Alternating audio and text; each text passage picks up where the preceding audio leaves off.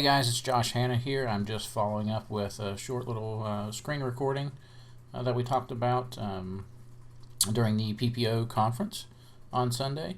This is just a follow-up video to run through some of the quick post-processing techniques that we did. It was kind of hard to take notes. We were moving fast trying to get a lot in there, so hopefully this video will be good for you to go back and refer to as many times as you want to check out a few of these techniques, see if there's something you can add to your workflow. So let's jump right into it here. What I have is an image opened up in RAW. I haven't done any adjustments yet, but I can see right off the bat I'm going to want to do a couple of exposures of this image to fix a couple issues. So one, this hand right here is very bright. We definitely don't want that to be the brightest part of the image. So let's bring in a first exposure, first copy of this, where we're going to bring that exposure level down some. We're going to bring our highlights down. I'm going to darken this hand up quite a bit.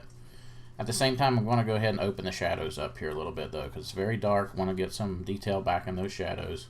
And I might bring the whites up just a touch. So something about here, maybe we're going to bring this temperature down.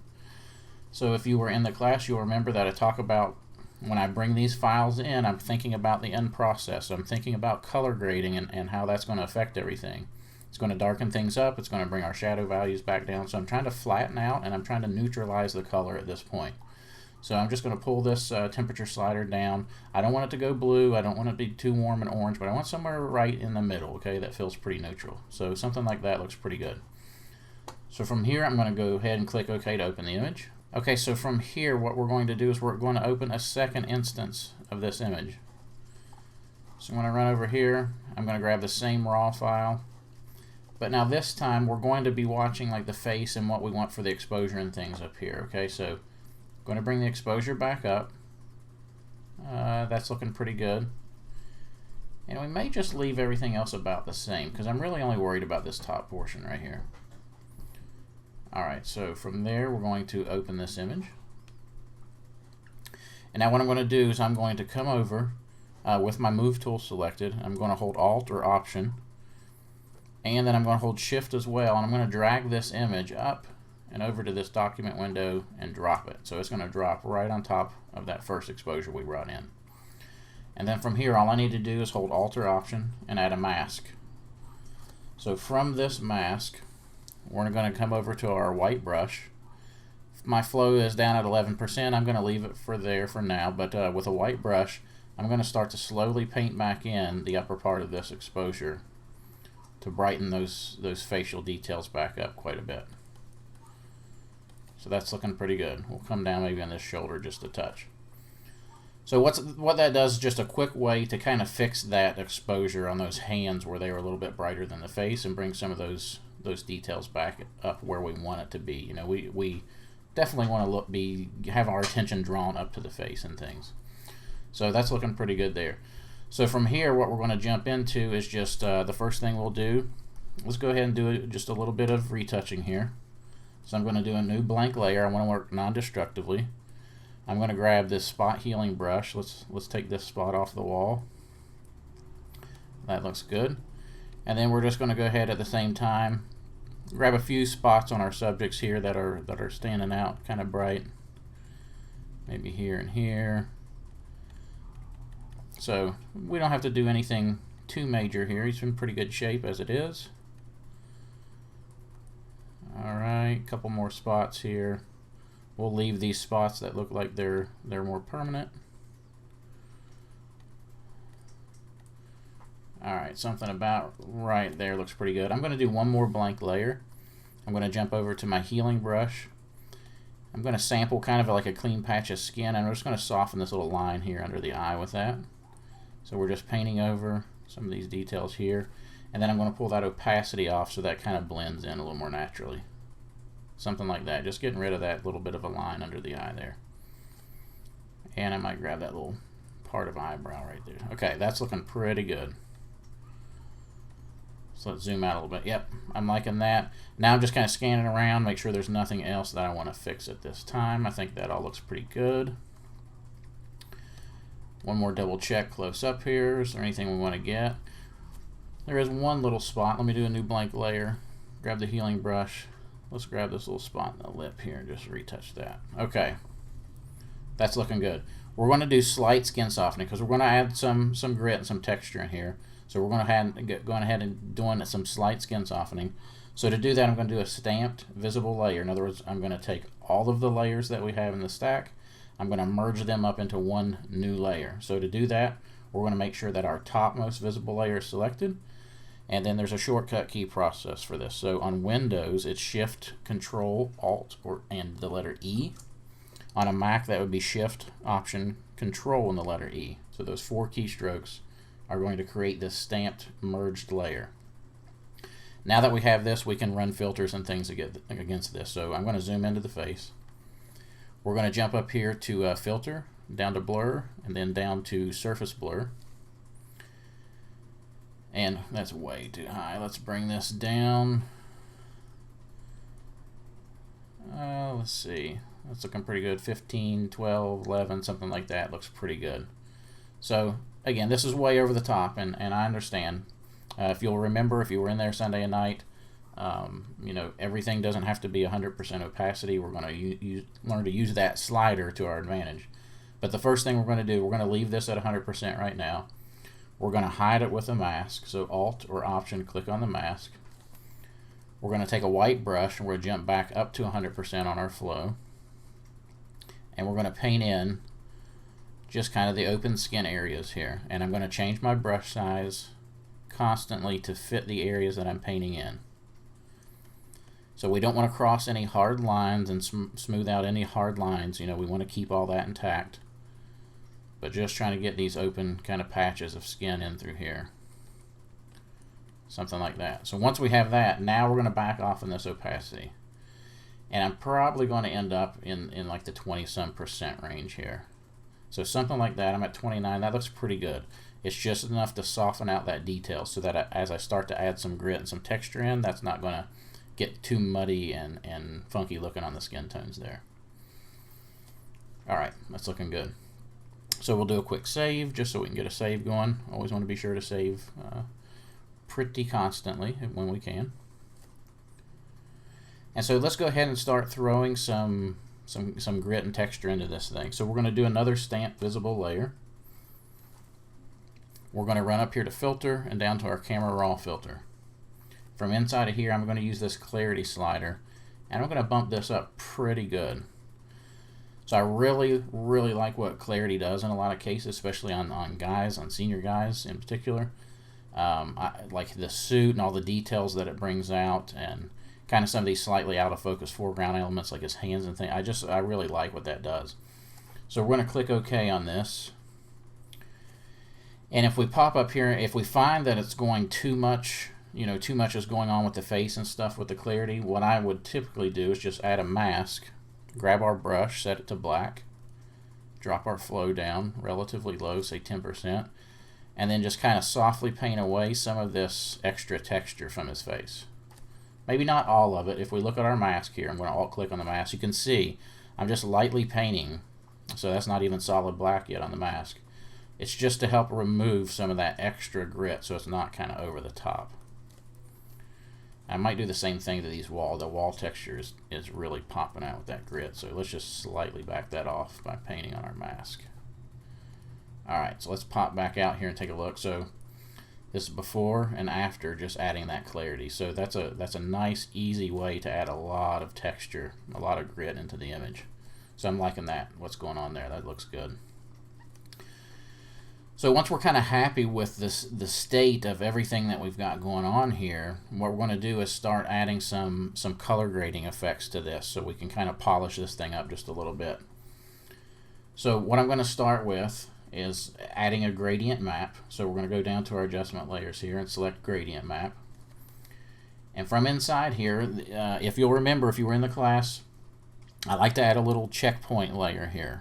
Alright, so it's a layer that keeps me from going over the top when we start to color grade and start adding contrast and saturation and things back into it. And so the way that I do that is I come up here to the gradient map, and I'm going to add one that's going from this real light pinkish type of tone, peachish pink type color, and that's getting applied in the shadows, so the color on the left.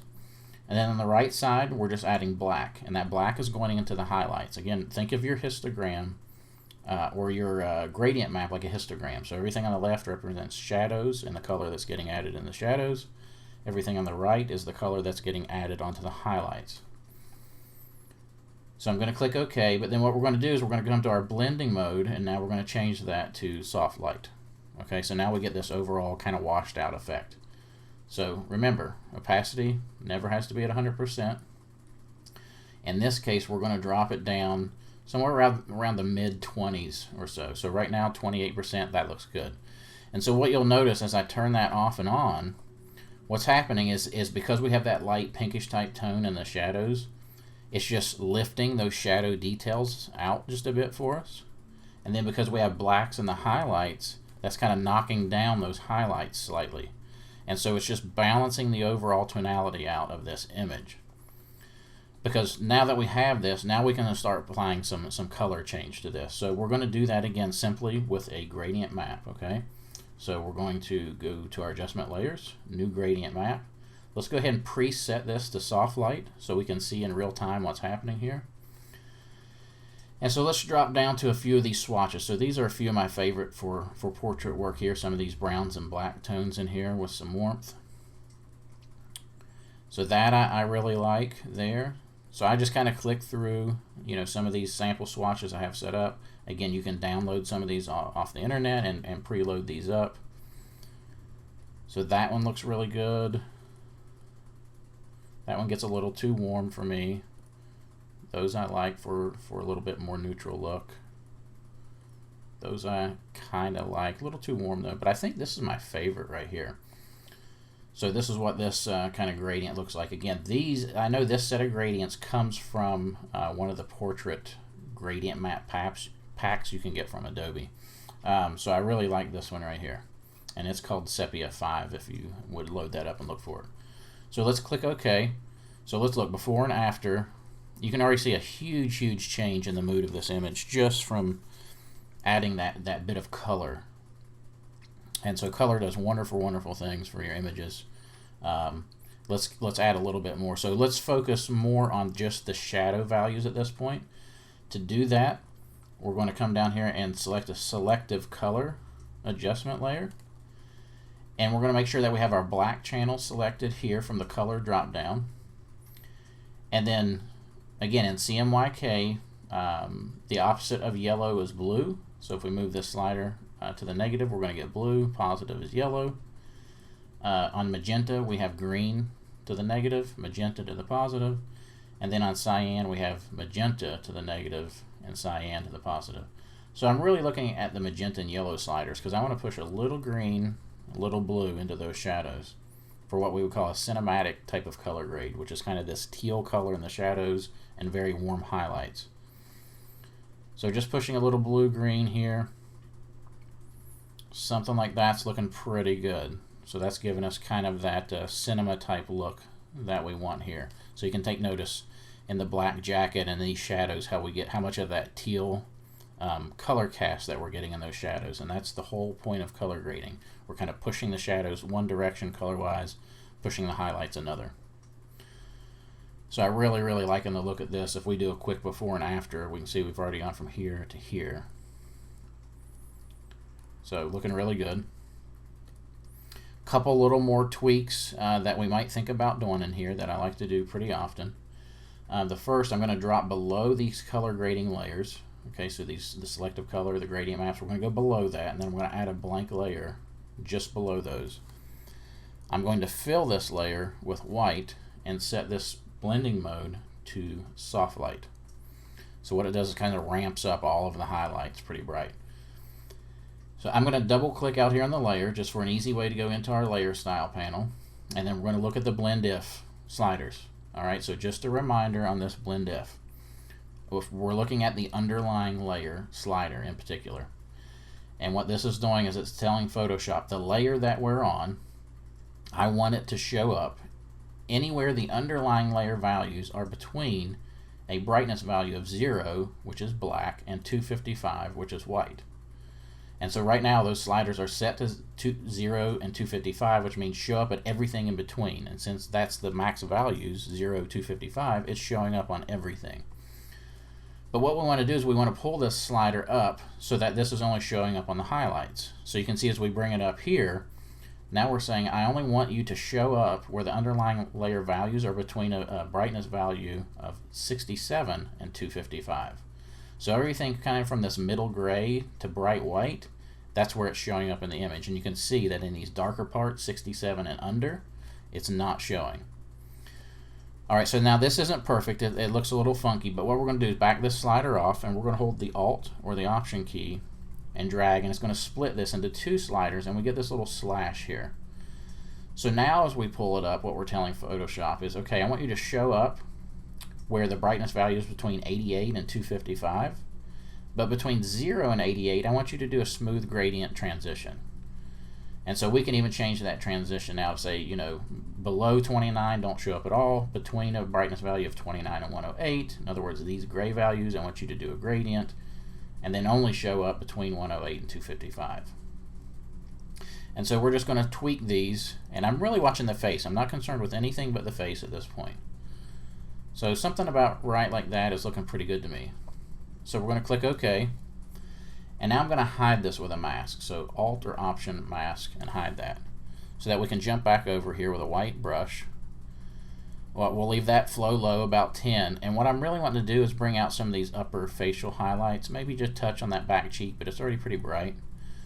But really just looking to balance up those facial highlights here. When we turn that off, you can see that this chin is a little bit darker than this upper part of the face, and this is just going to be a quick way to kind of dodge those values up a little bit. So something like that's pretty good, and we want to be sure that's done under the color grade layers, so that that color grading, remember we're affecting the highlights as well as the shadows, we want that color grade to stay affected even when we go brightening those highlights up. So that's why we do that under the color grade. So we can play with opacity to see, you know, what kind of balance we want here. I'm thinking that's looking pretty good right there. One of the other things that we might play with here is go back to the top of our stack. If we wanted to enrich these blacks a little bit, because we did, you know, they tend to wash out a little bit as you, especially if you're doing color grade to the shadows like we did with the selective color, it's going to wash those that contrast and things a bit. One thing we can do is we can drop in an exposure adjustment layer, and we're just going to slightly tweak this offset to the negative. So I'm going to grab it and literally just barely, you can see we negative 0.0030 has already given so much more punch back into those shadows. So that's looking pretty good. And of course you could always play with opacity. If it's a little too much, you can just slightly drop it off there. Say 71, I think is looking pretty perfect right there. And then one final thing that we can do is just a little bit of overall sharpening, just to give it that little extra oomph of grit right on the end. So I'm going to do another stamp visible layer. So top layer, Shift Control Alt E or Shift Command Option E.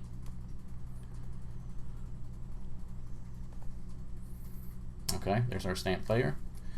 We're going to jump up to Filter, Other, High Pass, and I'm going to set this between, you know, 4.5 and 5, something like that. We're really looking for this to go gray and just to see our edge kind of highlights, our edges popping out within that gray. Okay, so if we get up here, that's too much, right? We're seeing way too much of the image. If we go too low, we really don't have any detail, but usually for me, right around 4.5 to 5, we start getting those edges to pop. That's what we want to see. So we're going to click OK, and then change the blending mode of this to overlay. And so this is going to give us just an overall sharpening on everything. And remember, rule of thumb, opacity never needs to be at 100. So we're going to drop that down and just visually look until we like what we're seeing here. So I think something about like that, around 49%, maybe around 45, 40-ish, something like that, looks pretty good. So if we zoom out and take a look, it's going to give us just enough sharpening to crisp everything up without going over the top. So now if we back up, we're going to hold our Alt or Option key and click on this background layer. And so this is how we brought things in. this is what we've gotten to with just a few steps. You can see this is just a handful of layers.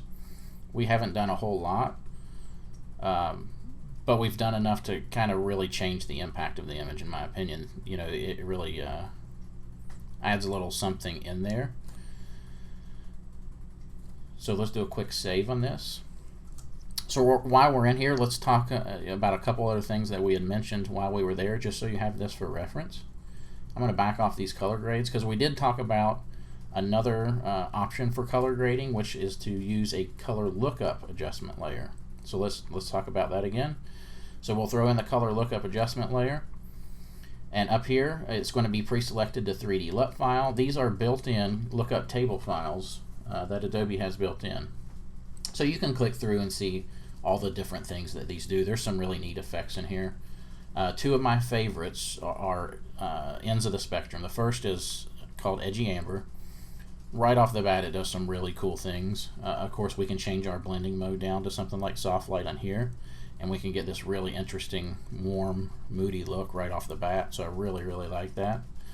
One of the other ones I also really like is the other end, the cool end. If we jump down here to this one called Night from Day, and it does kind of the opposite. It really cools things off. If we look at that on normal, we get this really blued out nighttime effect. So we can come down and switch this back to a soft light, something like this. And so these are good ones to play with too. And you can kind of mix and match these, you know. So let's leave this one set to Night from Day. Let's do a copy here, so Command or Control J. And now let's switch this one to our Edgy Amber. And so, of course, things are way too dark at this point. But here's what we're going to try and do. We're going to go to our Edgy Amber, and let's jump into the layer style in here, and let's try and leverage this blend if. So let's say we're doing more of a manual color, kind of like a gradient map in a way, but we're going to kind of do it within 2 layers. Let's say we want this warmness to just affect the highlights. Well, we'll grab our slider, hold Alt or Option, split this, and we're going to pull this up to where it's just really starting to impact the highlights. So something kind of like this, okay? So now we just get that really warm effect across the highlights, which is such a nice look, okay? Now in the shadows, we've got this cooler, bluer layer. Let's switch this actually to a normal so we really get that blue. And now let's go into our layer style here. Now we just want this to affect the shadow side of things. We're going to pull the slider from the other end, so Alt or Option. And so that you'll see it starts to peel off of those highlights, because we're saying, you know, only show up in these darker tones. And so we'll keep pulling these down, maybe something like that. Click OK. And so we can turn this off or on, and you know, we can see what's happening here. We could even change this to something like a color blend mode, which I think is going to look a little more natural overall. Let's go back in and play with our blend if now that we've done that, just to get a little more color into those shadows. And so it's another way of color grading, gives you, you know, a slightly different look. You get, by doing it this way, you get some real interesting changes in tonality across these gradient areas of the skin. Like you can kind of see how those blues pop out in those lighter areas and things. I mean, so, you know, the best that I can say is play around with these things, like really sit and experiment with different color values and how things get affected by using gradient maps, color lookups, selective color, things like that. Color balance is one that you can use. I can't encourage you enough. Play with that, because there's really interesting things that can be applied as you start stacking these different effects and things like that. You know, we can even add all these different ones on, and you know, it's not great, but the point is experimentation, seeing what you like, what you don't like, finding those levels of where you think things are acceptable, pushing the limits a little bit. Again, the point is about being unconventional. It's about not doing the same old thing that everyone else is doing. So I encourage you, play with that. I hope these tips help you, give you some quick workflow ideas that you can use to get in and play and experiment and have fun without being such a time killer. You know, I know Photoshop can be such a time killer if we allow it to be. Hopefully these are quick solutions for you. So have fun, play around with that. If you use any of these techniques and you create some new looks, please send them to me. I love to check out what people are doing with some of these techniques and to see how they've changed your work. And thanks again for having me, and have a great night, guys.